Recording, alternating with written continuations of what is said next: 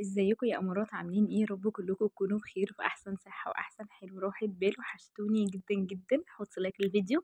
وانتي بقى جديده في القناه، عايزاكي تاخدي جوله في القناه وان شاء الله باذن الله تعجبك. ولو انتي بتتابعيني ولسه ما حطيتيش اللايك، حطي اللايك لاختك. اللايك بيفرق معايا قوي قوي يا بنات وبيشجعني فضلا منكم وليس امرا. يعني تابعوا الفيديو للاخر عشان تساعدوني ان اكمل الشرط اللي بقاله كتير قوي مش عايزه اكمل. فعايزاكم تساعدوني في ده. اتفرجي على الفيديو للاخر وما تنسيش تحطي اللايك. اللايك بيخلي الفيديو يتشير اكتر واكتر. وفعلي الاشعارات للكل عشان يجيلك فيديو بكل جديد. مبدئيا كده اول حاجه عملتها فطرنا.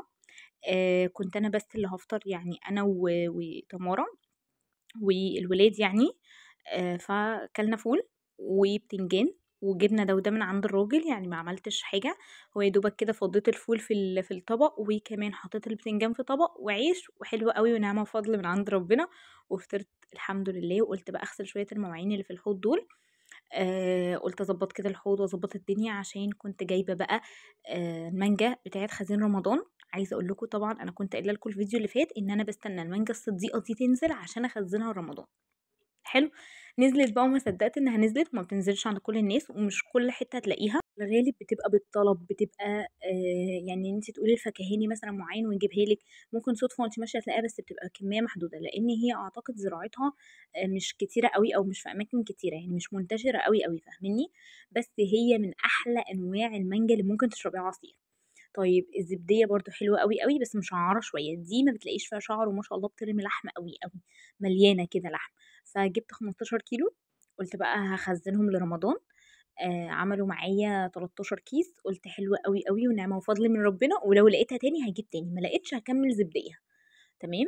طيب الكيلو كان عامل كام يا اسراء؟ الكيلو كان عامل 40 جنيه زي ما جبتها المرة اللي فاتت. قلت بقى الاول اغسل شوية المواعين اللي في الحوض واظبط الدنيا كده واخلي الدنيا رايقه في المطبخ حواليا.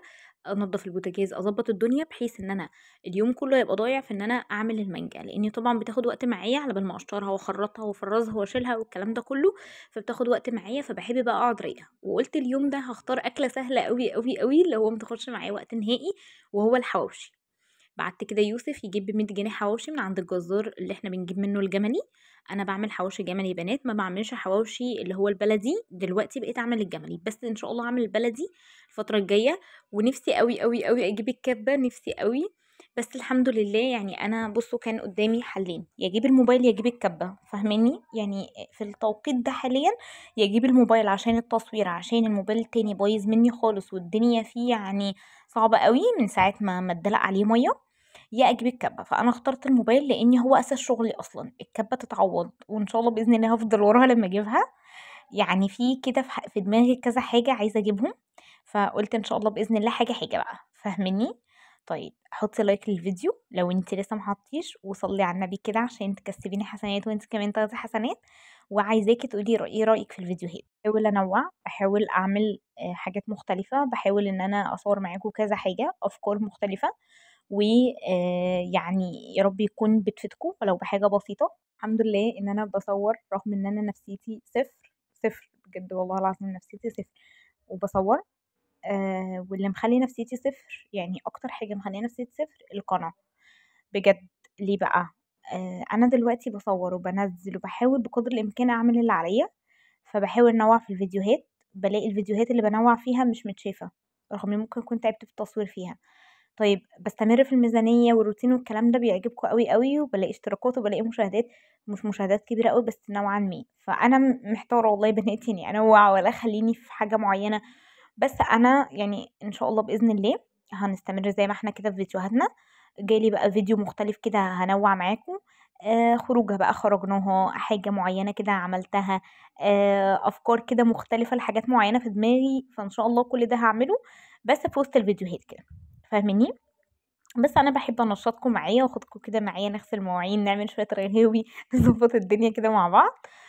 طيب انت نفسيتك صفر ليه من ناحيه القناه؟ بصوا يا جماعه، انا بجد القناه مضايقاني جدا جدا لان انا دفعت فلوس عشان القناه تتفعل، ولحد الان القناه لسه متفعلتش. وهو والله العظيم مش غلط من الشخص اللي بيفعل لي القناه، هو ما يعرفش فيه ايه، يعني انا مش عارفه فيه ايه.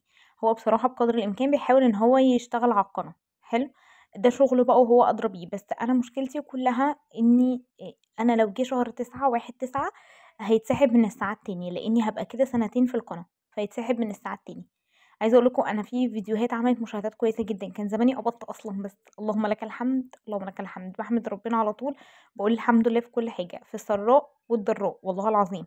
فانا مش زعلانه ابدا، بس انا بس يعني مخطوفه كده شويه، يعني بقول هو انا افضل شغاله على القناه والقناه مش هتتفعل، بس هي دي الفكره.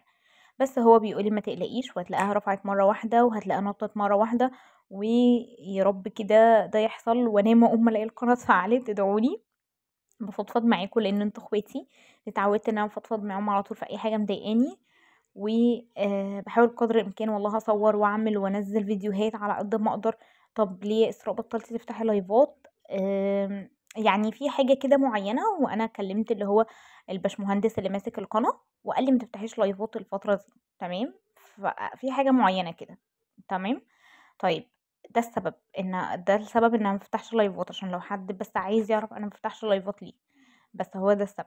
فادعولي كده دعوة حلوة من قلبكم، جايز ربنا يستجيب منكم ان القناة تتفعل، لاني بجد تعبت قوي قوي قوي لدرجة اني فكرت افتح قناة تانية.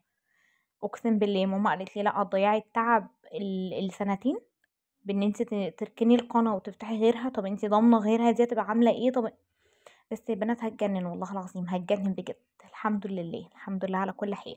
بصوا بقى، المانجا دي اللي قلت لكم عليها صديقه، ممتازه ممتازه بجد، حلوه قوي قوي، ومن احلى انواع المانجا اللي ممكن تجيبيها وتخزنيها. طيب انا ليه جايبه دلوقتي وبخزن دلوقتي مع ان احنا لسه في اول موسم المانجا؟ عشان المانجا دي بتنزل ما بتلاقيهاش تاني. شكرا كده، هي بتنزل شهر وتلاقيها اتاخدت من السوق كلها، مفيش مانجا صديقه خالص، وانا بحب اخزنها بدري لاني مش بلاقيها. بس دي الفكره كلها. جبت بقى 15 كيلو كده، وقلت اخزنها، اظبطها واعملها وافرزها كده في اكياس واحطها في الفريزر. طيب انا عايزه اقول لكم نفعت معايا في رمضان ونفعت معايا العيد الصغير، يعني قعدت معايا. طبعا كنت بسحب منها عندي وعند ماما، انا كنت السنه اللي فاتت عامله ليا والماما. السنه دي يعني انا عملت ليا ولاختي والماما، والكميه اللي انتوا شايفينها دي قدامكم دي تخص ماما كده. انا في ليا وفي لاختي هعملهم بعد ما اقفل الفيديو. حلو. انا عامله ليا ولاختي والماما ليه؟ طيب عشان المانجا دي يا بنات بجد حلوه قوي قوي، مش بتلاقيها بسهوله، وبتنفعني جدا جدا فوق ما تتخيلوا. بتنفعني ان انا لو جالي حد على غفله بطلع واضربها كده في الخلاط مع شويه تلج وشويه ميه وسكر او عسل بقى، لو انت عاوزه تفيديها قيمه يعني. بتبقى حلوه قوي قوي، بتبقى تحفه بجد وبتنجز معاكي. ولو انت بقى رمضان، بصوا اصلا منظرها بجد، منظرها يفتح النفس اصلا من غير اي حاجه. منظرها حلو قوي قوي. شلت منها كده الولاد كام واحده ياكلوها، وقلت بقى اعملها. قعدت بقى على الارض لاني بصراحه ما كنتش قادره اقف خالص، رجلي تعباني قوي، وزادت وجع لما رحت كمان البحر وكده، زادت وجع قوي. فقلت لا، انا هقعد بقى على الارض كده اظبطها واخرطها واظبط الدنيا فيها، واعبيها معاكم بقى الرخامه كده جوه براحتي. بس بصراحه ما قدرتش خالص ان انا اقف اعمل كل الكميه دي. بقيت اخد شويه شويه، يعني اخد شويه واعملهم واخد شويه تاني واعملهم. يعني اخد على مراحل كده، خلصت دول ابدا في دول كده، فاهميني؟ لحد ما خلصتهم كلهم الحمد لله يا رب. وكانوا بجد سهلين قوي. اي نعم صباعي تعويره صغنطوطه كده، بس مش مشكله. يعني السكينه فلتت مني فلته كده، فاهمين؟ فالصباع اتعور تعويره صغيره. عايزه اقول لكم القشر ده ما بنرموهوش، بس ما بنضربوش في الخلاط. في ناس طبعا بتجيب القشر وتضربه مع تلج وشويه ميه في الخلاط وشويه سكر. انا ما بعملش كده بصراحه، بحس انه ممرر. لو انت بتعملي كده قولي لي، يعني لو انتوا بتعملوا كده قولي لي، بس انا ما بعملش كده، بحسه فعلا ان فيه مراره، نسبه مراره. تمام.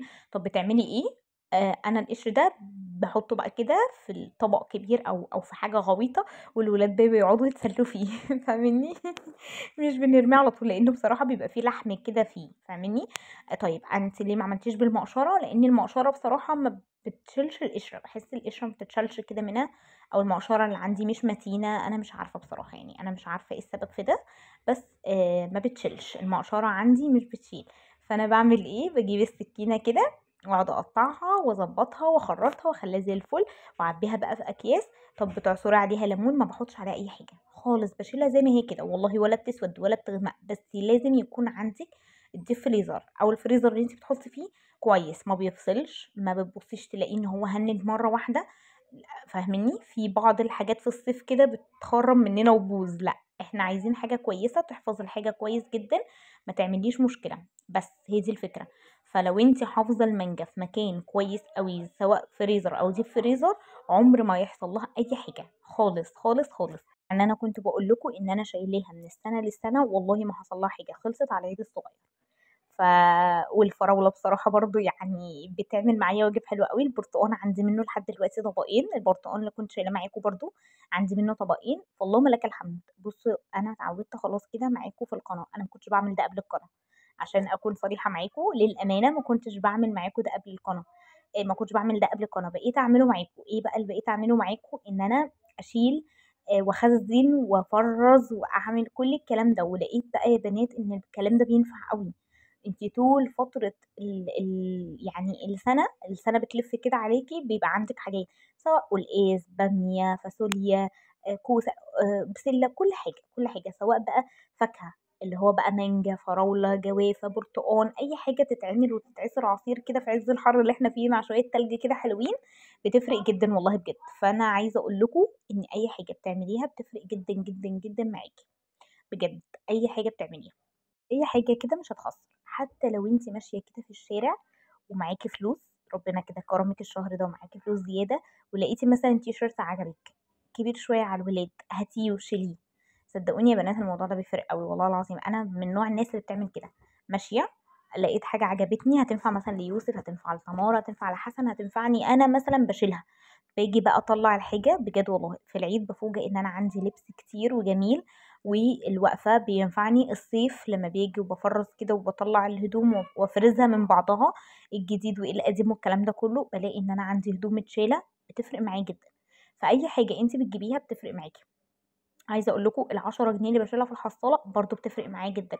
صدقوني يعني انا كان عندي حصالة من بدري، فتحتها وكنت جبت حاجات بيها حلو، نفعتني في العيد، جبت حاجات بيها. الحصالة بقى اللي احنا مع بعض فيها ديت لسه ان شاء الله بإذن الله هفتحها معاكم على المدارس. عايزة اقول لكم انها هتنفعني جدا، عشان هتساعدني ان انا اكمل على اللي معايا واجيب للولاد كل اللي هم محتاجينه. وهم محتاجين كل حاجة، يعني هم محتاجين كل حاجة، محتاجين اللبس ومحتاجين الشنط ومحتاجين الكوتشات بقى جديدة عندهم كوتشات، بس هجيب لهم كوتشات للمدرسة.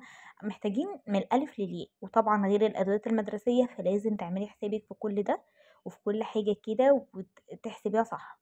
حلو. سيبي بكرة لبكرة، ما تحسبيهاش في كل حاجة، بس في حاجات أساسية لازم تبقى عاملة حسابك فيها، في حاجات بتبقى جايلك على غفلة لازم تبقى عاملة حسابك فيها. طيب بصوا بقى، انا دلوقتي عملت كده الحواوشي، حطيته وكان عندي عيش بقى مبرول شويه، قلت مش مشكله يبقى زي الفل، لما يتحط كده ويتعمل هيبقى جميل قوي قوي. وسويته كده في الزيت، وانا بحب الطريقه دي احلى ما بدخله الفرن بكتير. ما شاء الله بقى مقرمش من بره وطري من جوه، حاجه كده خيال. بس وده كان فيديو النهارده. يا رب فيديو النهارده يكون عجبكم، يا رب اكون عند حسن ظنكم. ما تنسيش اللايك، بالله عليكي اللايك بيرفع الفيديو. وما تنسيش تشوفي الفيديو للاخر، لان الفيديو لو اتشاف للاخر يمكن اكمل الساعات اللي مش عايزه تكمل. وادعوا لي كده دعوه حلوه من قلبكم. شكرا ليكم على كلامكم الحلو اللي بيفرق معايا قوي قوي. وفي ناس كده غايبه عن القناه بقالها فتره، عايزاكم كده تنوروا تاني القناه وطمنونا عليكم. ما بيغيبوا يرجعوا تاني يعلقوا لي، بيبقى اكيد عندهم ظروف انا عارفه. شكرا ليكم واشوفكم على خير الفيديو الجاي. باي باي.